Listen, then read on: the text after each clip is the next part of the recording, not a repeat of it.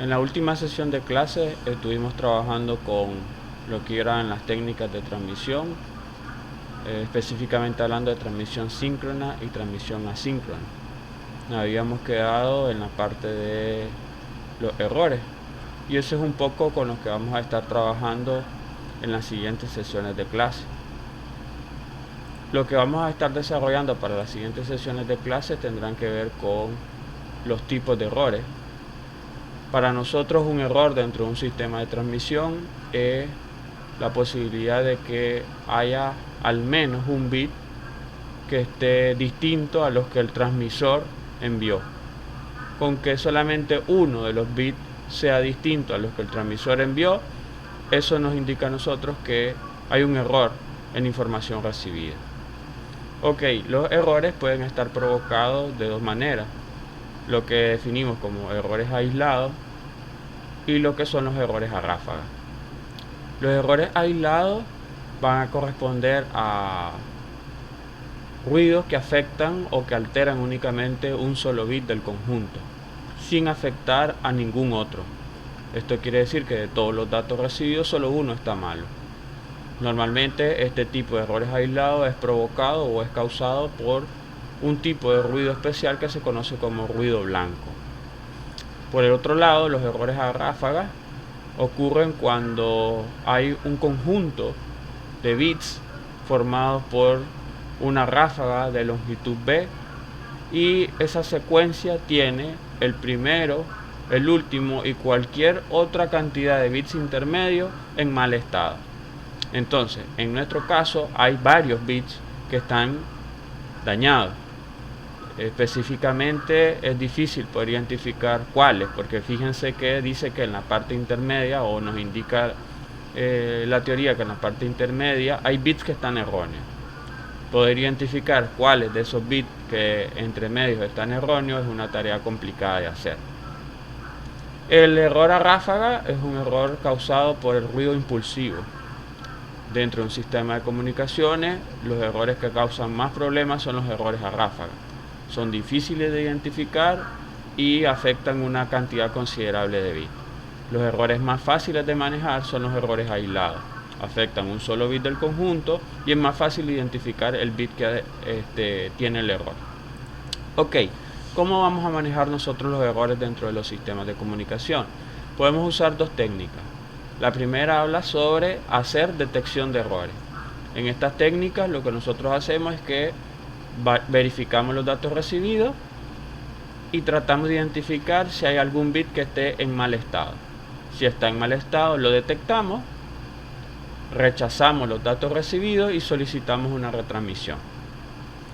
En el segundo caso, la técnica número 2 habla sobre que vamos a hacer dos cosas. Vamos a hacer detección y vamos a hacer corrección de los errores. Ok, entonces quiere decir que esta técnica incluye la técnica anterior, pero aparte realiza una corrección en el caso en el que los bits recibidos estén incorrectos. Ella va a intentar en la medida de lo posible corregir los errores siempre que se pueda. A veces se va a poder corregir los errores y otras veces no se va a poder corregir los errores. Lo que ofrece esta segunda opción, la detección y corrección de errores, es que si nosotros detectamos los errores, encontramos los bits dañados y los corregimos, reparamos el daño causado por el ruido. No solicitamos una retransmisión y por lo tanto ahorramos ancho de banda de la línea, evitando tener que repetir información que ya se nos había enviado. Vuelvo y repito, esta técnica no siempre funciona. A veces se puede detectar y corregir y otras veces simplemente solo se puede detectar. Luego lo vamos a ver con un ejemplo. Bien, ¿cómo vamos a manejar entonces los errores gráficamente? Tenemos un conjunto de k bits de datos. Estos datos útiles se meten dentro de una función que nos hace la generación de los bits de protección para estos datos útiles. La función genera un conjunto. Fíjense que este conjunto de bits es menor al conjunto de datos útiles. Recuerden que hay que mantener el overhead bajo. Los datos de control asociados a la función de verificación de los datos útiles debería arrojarnos un número de bits que debe ser una cantidad menor al de datos útiles para que esto funcione bien. No me sirve de nada tener 2 bits de datos útiles y proteger esos 2 bits con 60 bits de protección. Eso no funcionaría bien porque tenemos más bits de protección que de datos útiles. Entonces esa técnica no funcionaría bien. Entonces fíjense que el subconjunto de bits generados por la función de manejo de los errores tiene que ser menor que el de los datos útiles total. Si sumamos los k bits de datos junto con los bits generados por la función de manejo de errores, esto nos genera n bits totales. Entonces estos n bits totales incluyen los datos útiles junto con los bits que se encargan de verificar si la información es correcta o es incorrecta. La función de verificación de los datos útiles genera unos bits que se añaden a los n bits totales. Esa es la función que tiene que llevar a cabo el transmisor. Una vez que el transmisor ha protegido los datos útiles con esta función de manejo de los errores, envía los datos a través de la red y llegan a un equipo receptor. El receptor va a procesar los datos útiles y los bits que fueron generados por la función de manejo de los errores. Lo que tendrá que hacer el receptor es calcularle nuevamente a través de la misma función de manejo de los errores los subconjuntos de bits a los datos útiles y comparar los subconjuntos de bits de datos útiles que nos envió el transmisor con los subconjuntos de bits de datos asociados a los datos útiles que nos generó a nosotros nuestra función de verificación local. Si ambos resultados, este que está aquí que nos está viniendo de la red y este que está aquí que lo estamos calculando nosotros mismos como equipo receptor, si ambos resultados nos dan lo mismo, quiere decir que los datos que estamos recibiendo están correctos. Si los resultados al momento de hacer la comparación nos arrojan un valor diferente, es decir, que no coinciden, entonces quiere decir que nosotros hemos identificado un error y por lo tanto debemos de solicitar una retransmisión.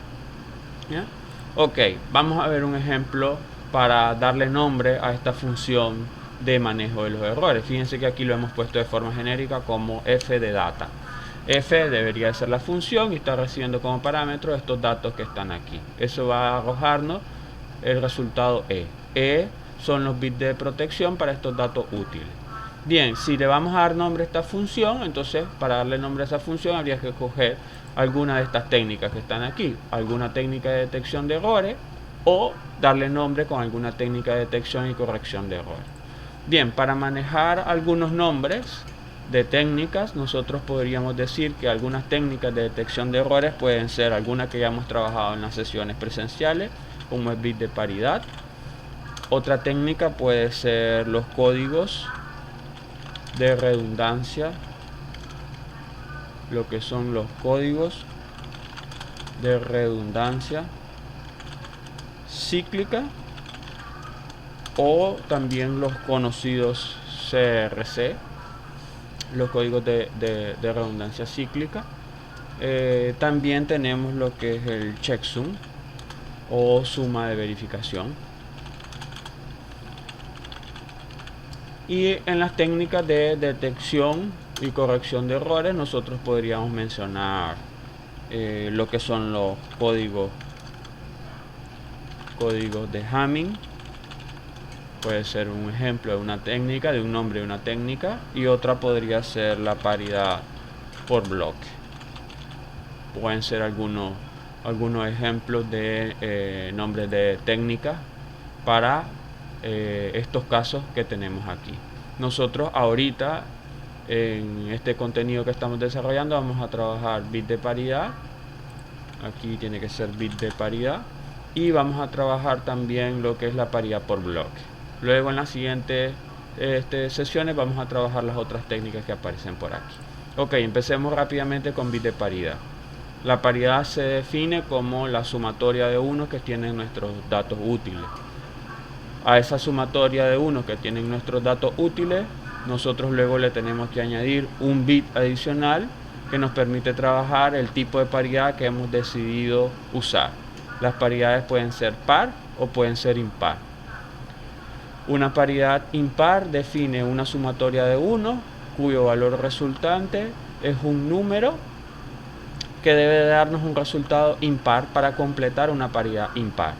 Si por el contrario decidimos escoger una paridad par, la sumatoria de 1 nos tiene que dar un número par para poder completar un valor par con el bit adicional. Bien, miremos los siguientes casos. Tenemos como datos útiles los valores 01, 10, 01, 11. Eso lo vamos a trabajar según el esquema que tenemos aquí con una paridad par. El valor de nuestro bit de protección va a ser el siguiente. Sumamos los unos de los datos útiles. Tenemos 1 aquí, 2 aquí, 3, 4, 5. 1 dentro de datos útiles. Para completar una paridad par, 5 es un número impar, entonces tenemos que sumar un 1 más y la sumatoria de unos totales, incluyendo el bit de protección, nos da un resultado par. 1, 2, 3, 4, 5, 6. Eso es para nosotros una paridad par. Bien, si por el contrario tenemos una paridad impar y nuestros datos útiles son 1, 1, 1, 1, 1, 1, 0, 1, habría que identificar el valor que debe tener nuestro bit de paridad para completar una paridad impar. Bien, sumamos los 1, 1, 2, 3, 4, 5, 6, 7. Hay 7 unos dentro de los datos útiles. 7 es un número impar, por lo tanto el valor ya completa la paridad que nosotros necesitamos. Para no afectar ese número que ya es impar, nosotros vamos a sumar 0 y conservamos siempre el mismo número impar. Entonces nuestro bit de protección nos permite completar una paridad impar para los datos que nosotros estamos usando. Ok, esa es la técnica más simple. Esta técnica de bit de paridad es una técnica que simplemente nos permite a nosotros detectar errores. Funciona bien para errores aislados. ¿Cuáles eran los errores aislados? Los errores aislados eran aquellos que afectaban únicamente un bit del conjunto. Bien, ¿por qué funciona bien para errores aislados? Porque observemos lo que ocurre en el siguiente escenario.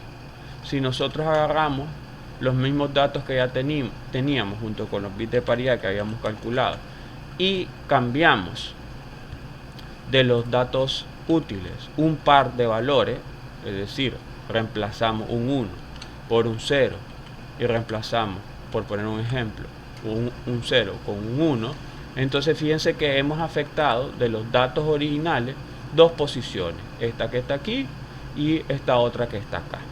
Quiere decir entonces que según esto nuestros datos útiles están incorrectos. ¿Por qué? Porque nuestros datos útiles valen esto que está aquí. ¿Quién se va a encargar de decirnos que los datos útiles están incorrectos? El bit de protección que tenemos por acá. Bien, vamos a ver si realmente hace su función. Agarramos los unos y los sumamos. 1, 2, 3, 4, 5. 5 es un número impar. Para completar una paridad par, que es con la que nosotros estamos trabajando, el bit de paridad debe valer 1. Y a la casualidad que vale 1. Ok, y entonces decimos nosotros, estos datos útiles no son los que originalmente nosotros teníamos, son distintos. Pero la técnica de bit de paridad no ha tenido la posibilidad de detectar el error. ¿Por qué no detecta el error? Porque la técnica no funciona cuando la cantidad de bits afectados corresponde con un cambio en una cantidad par de valores. Si me cambian 2 bits, si me cambian 4 bits, si me cambian 6 bits, yo no tengo la capacidad de poderlos detectar. Ok, entonces por eso es que hemos dicho que esta técnica funciona bien cuando los errores son aislados. Los errores aislados afectan un bit del conjunto. Un bit, afectar un bit representa un cambio impar de valores y por lo tanto la técnica sí me funcionaría bien. ¿Ya? Entonces hay que tener cuidado con esta técnica porque a pesar de que es la más simple, pues no ofrece muchas garantías respecto a la detección de los errores, porque pueden ocurrir escenarios en donde no los pueda detectar. Bien, pasemos a la siguiente, paridad por bloque. También la podemos encontrar como paridad horizontal y paridad vertical. Dice que lo que hay que hacer es que la información la tenemos que organizar en bloques, por eso se llama así, paridad por bloque. Y vamos a formar una tabla de m por m bits. Extraemos los bits de paridad por fila y por columna y enviamos a través de la línea de transmisión los bits de datos útiles junto con los bits de paridad que hemos calculado. La paridad se va a calcular, fíjense que estamos formando una tabla, se va a calcular en función de las filas y se va a calcular en función de las columnas. ¿Ya? Para cada fila y para cada columna nosotros vamos a encontrar o vamos a calcular una paridad. Bien, miremos cómo funciona de forma práctica. Tenemos un equipo transmisor. El equipo transmisor quiere enviar los siguientes datos útiles. Estos que están acá. 0110, 0101, 1011, 1001, 1001, 0101, 0011, 1000, 1001, 0111, 0010 y 1010. Bien, esto representa para el equipo transmisor los datos útiles. Lo que estamos haciendo desde el equipo transmisor es que vamos a proteger esos datos útiles utilizando la técnica de paridad por bloque. Si vamos a usar la técnica de paridad por bloque, la función que vamos a usar para proteger nuestros datos útiles es esta que aparece por acá. Bien, la técnica decía que había que formar una tabla. Aquí tenemos la tabla. La técnica decía que había que organizar la información por bloque. Fíjense que la información la tenemos que organizar en bloques de 8 bits. Entonces mi tabla tiene 1, 2, 3, 4, 5, 6, 7, 8 columnas. Estas que están acá. En cada una de estas columnas yo voy a colocar los bits que corresponden a los datos útiles. Tiene también 1, 2, 3, 4, 5, 6, 7 filas. Quiere decir que nosotros vamos a tener una tabla de 8 columnas multiplicado por 6 filas. Eso nos debería de permitir almacenar dentro de esta tabla el número total de datos útiles que el equipo transmisor quiere enviar. Ok, entonces los vamos a ir organizando. Fíjense bien que empezamos de izquierda recorriendo los valores hasta pasarlos hasta llegar a la parte de la derecha. Entonces empezamos con 0110 y lo ubicamos dentro de la tabla. Entonces voy de izquierda a derecha. 0, 11, 0. ¿No? Y esos son los primeros valores con los que nosotros vamos a trabajar. Bien, los siguientes valores que aparecen son 0101. Ok, entonces lo ubico en la tabla y pongo 0101. ¿Ya? Entonces fíjense cómo vamos rellenando nosotros la tabla en la parte de las columnas y vamos agregando los elementos también en la parte de la fila. Ok, los siguientes valores son 1011 y 1001. Ok, entonces escribimos por aquí 1011 y 1001, que sería la parte que tendríamos que tener aquí. Entonces tenemos aquí 1011 y 1001, que sería ese valor que está ahí. Ok, viene a continuación entonces 1001, 0101. Entonces ponemos aquí 1001, 01, 01.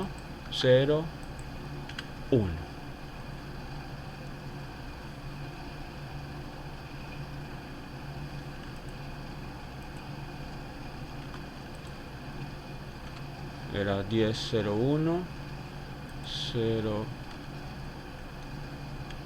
01, 0, 1. 1001, 0101. Ok. Luego vamos con 0011, 1000. 0011, 1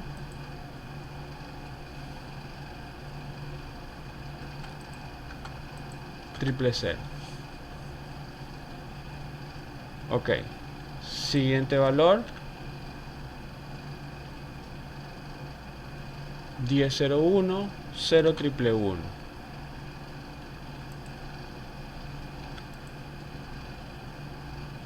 1001,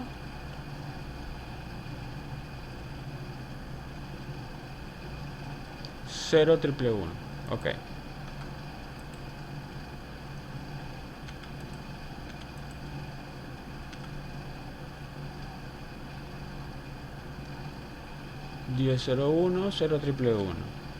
Bien. Y el último debería de ser 00, 10, 10, 10. 00, 10, 10, 10.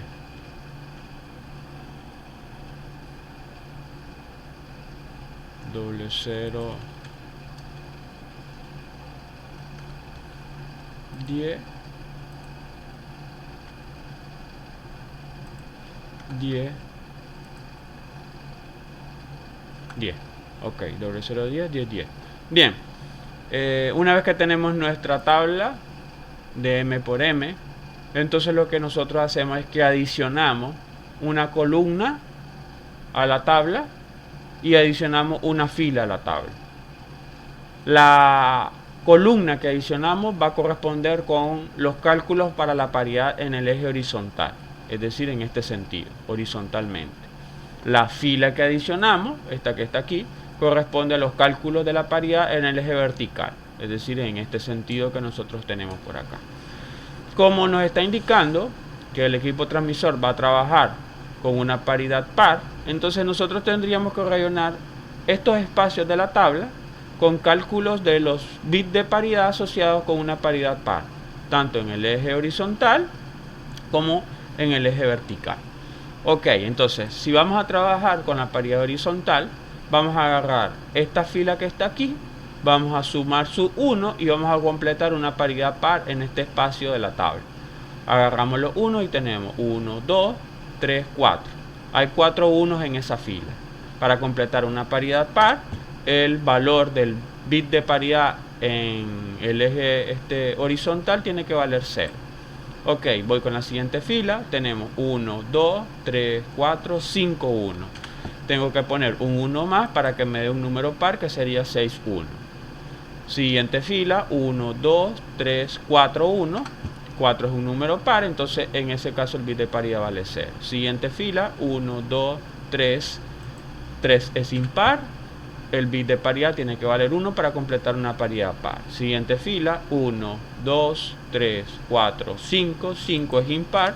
Tenemos que sumar un 1 para poder completar una paridad par. Siguiente fila, 1, 2, 3. 3 es impar, por lo tanto tenemos que sumar un 1 para completar una paridad par.